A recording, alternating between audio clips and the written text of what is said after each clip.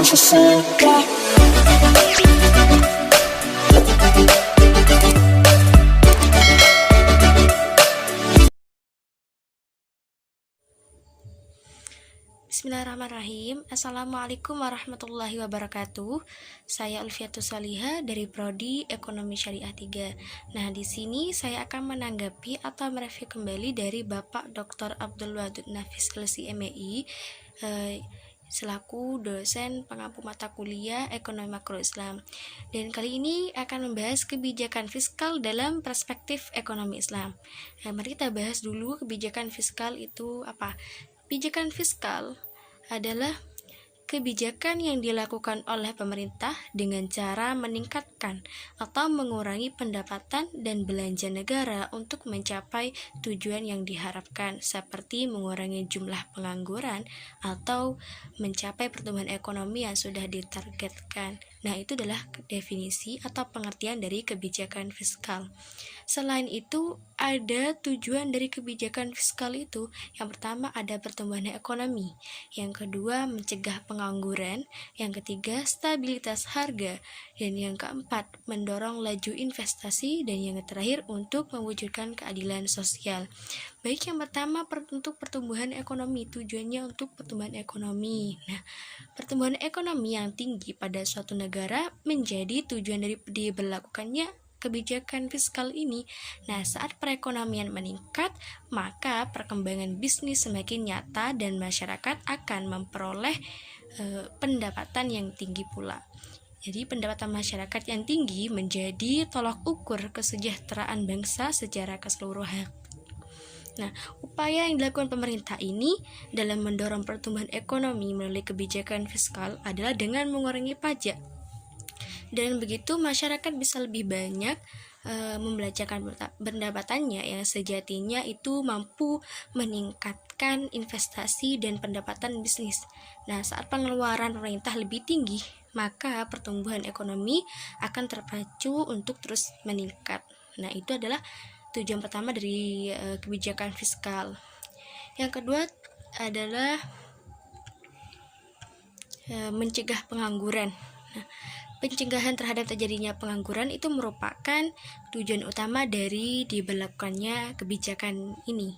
Nah, kan kegagalan dalam mencapai kesempatan kerja penuh atau pengangguran akan menyebabkan tidak tercapainya tingkat pendapatan nasional yang tinggi.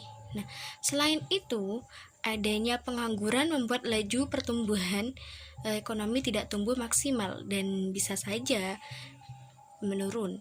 Dengan penerapan fiskal ini yang tepat, penerapan kebijakan fiskal yang tepat, pengangguran dapat dicegah sehingga output nasional tetap terus tumbuh. Jadi hal ini karena kesempatan kerja penuh dapat tercapai dan membuat pendapatan nasional tinggi dan laju pertumbuhan ekonomi semakin baik. Itu adalah kebijakan fiskal, tujuan kebijakan fiskal yaitu mencegah pengangguran yang kedua. Yang ketiga, tujuan kebijakan fiskal yang ketiga ada stabilitas harga. Tujuan dari penerapan kebijakan fiskal adalah mempertahankan harga umum pada tingkat yang layak. Jika harga umum turun secara tajam, maka akan mendorong timbulnya pengangguran karena sektor usaha kehilangan kesempatan untuk memperoleh keuntungan. Itu adalah stabilitas harga. Nah, kondisi ini membuat perusahaan melakukan pemutusan hubungan kerja yang berakibat timbulnya pengangguran yang sangat banyak. Sebaliknya, jika harga-harga umum yang naik tajam dan terus meningkat, maka memberikan dampak yang bagi perekonomian. Naiknya harga umum itu atau inflasi mampu menciptakan kesempatan kerja penuh dan memberikan keuntungan kepada sebagian orang saja, tetapi masyarakat yang berpenghasilan rendah akan tetap menderita. Karena apa? Karena nilai uang terus menurun dan membuat mereka semakin miskin. Itu adalah tujuan kebijakan fiskal. Yang pertama adalah, yang ketiga, stabilitas harga.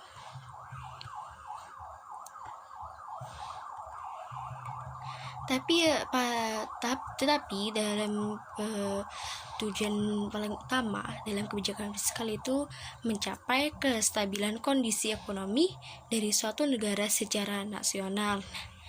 kebijakan fiskal bertujuan untuk dapat maju pertumbuhan ekonomi suatu negara. Nah, dan juga mempengaruhi jalannya perekonomian agar dapat meningkatkan PDB dan pertumbuhan ekonomi secara maksimal, sebab pertumbuhan tersebut berpengaruh besar terhadap pemasukan atau pendapatan negara seperti bea cukai, pajak penghasilan, pajak bumi dan bangunan, serta devisa negara. Nah, itu adalah merupakan tujuan utama. Jadi tujuan utama dari kebijakan fiskal yaitu untuk mencapai kestabilan kondisi ekonomi dari suatu negara secara nasional. Itu adalah tujuan yang paling utama. Selanjutnya ada jenis-jenis kebijakan fiskal. Yang pertama ekspansif, yang kedua ada kontraksional. Nah, kebijakan fiskal ekspansif. Kebijakan fiskal ekspansif merupakan peningkatan belanja pemerintah atau penurunan pajak yang dirancang untuk meningkatkan permintaan agregat dalam perekonomian. Nah, tujuan dari kebijakan ini adalah untuk meningkatkan produk domestik bruto dan menurunkan angka pengangguran. Itu kebijakan fiskal ekspansif. Nah, yang kedua, kebijakan fiskal kontraksional. Nah, kebijakan fiskal kontraksional itu adalah kebijakan menurunkan belanja negara dan menaikkan tingkat pajak. Nah, kebijakan ini bertujuan untuk menurunkan daya beli masyarakat dalam mengatasi inflasi. Nah, caranya dengan membuat pemasukan lebih besar daripada pengeluarannya. Itu adalah kebijakan fiskal kontraksional.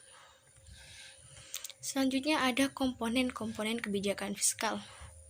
Apa saja komponen itu? Yaitu pertama, kebijakan perpajakan. Yang kedua, kebijakan pengeluaran. Yang ketiga, kebijakan investasi dan disinvestasi. Dan yang keempat, pengelolaan utang atau surplus.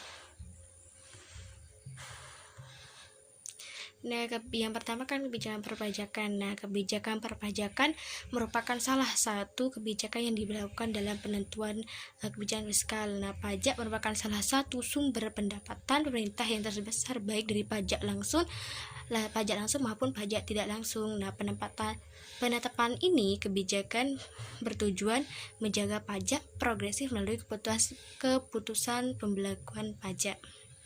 Itu adalah komponen dari kebijakan fiskal yang pertama. Yang kedua, kebijakan pengeluaran.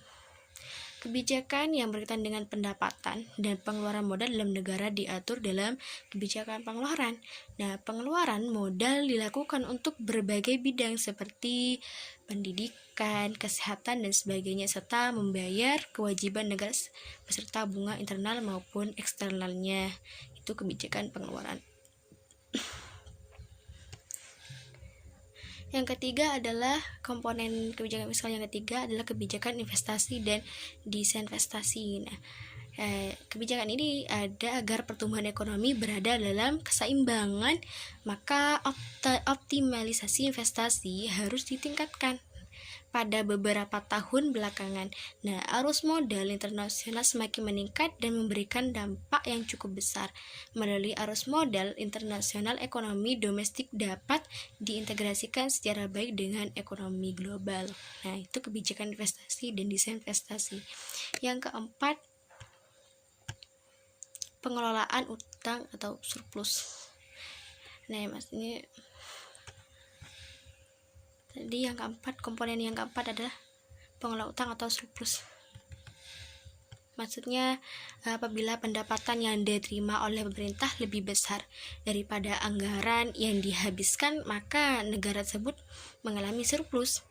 Namun jika terjadi kondisi sebaliknya, maka negara tersebut mengalami defisit atau kerugian. Nah, pembiayaan terhadap defisit atau kerugian tersebut dilakukan dengan melakukan pinjaman dari pihak asing atau dengan mencetak uang. Itu pengelolaan utang atau surplus. Itu adalah 4 komponen dari kebijakan fiskal, yaitu kebijakan perpajakan, kebijakan pengeluaran, kebijakan investasi dan disinvestasi, dan juga pengelolaan utang atau surplus. Selanjutnya ada instrumen kebijakan fiskal. Yang pertama, anggaran belanja seimbang. Yang kedua, pembiayaan fungsional. Yang ketiga, anggaran defisit atau kebijakan fiskal ekspansif. Dan yang keempat, anggaran surplus atau kebijakan fiskal konstruktif. Yang kelima, stabilitas anggaran otomatis. Dan yang keenam, pengelolaan anggaran. Itu instrumen kebijakan fiskal. Selanjutnya ada fungsi kebijakan fiskal. Yang pertama, mengoptimalkan penggunaan SDA dan SDM. Yang kedua, mengoptimalkan kegiatan investasi. Yang ketiga, alokasi. Yang keempat, distribusi. Yang kelima, stabilitasi. Yang terakhir adalah pembangunan. Itu fungsi dari kebijakan fiskal.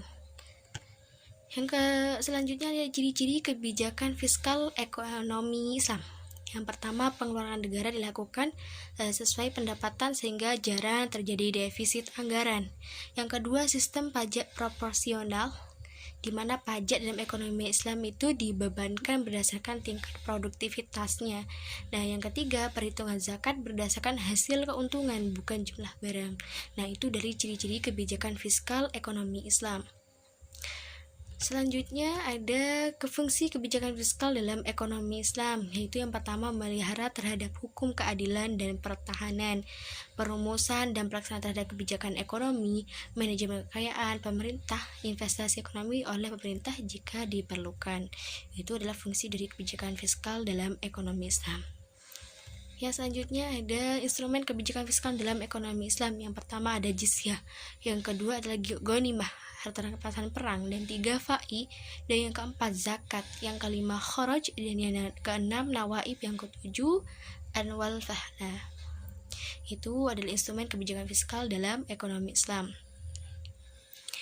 Baik, cukup sekian penjelasan dari saya tentang kebijakan fiskal dalam perspektif ekonomi Islam. Apabila ada kesalahan dari awal sampai akhir, saya mohon maaf yang sebesar-besarnya. Wassalamualaikum warahmatullahi wabarakatuh.